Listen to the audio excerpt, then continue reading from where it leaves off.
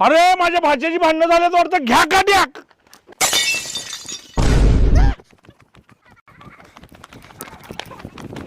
माझ्या नवऱ्याला भांडण करतोस होय? तुझा मुर्दा बसवला तुझा. आज तुझं काय खरं नाही. लय दिवस झालं भांडण करून, आज तुला झेंडू बाम लावल्याशिवाय सोडत नाही. माझ्या दिरासोबत भांडण करतोस होय? आज तुला सोडतच नाही. माझ्या भाच्याला श्रावण महिन्यात भांडण केलाय सोय, तुला मार शाकाहारीच मिळणार. आज तुझं काय खरं नाही. आज तुझ्या हाड मोडूनच जोडते.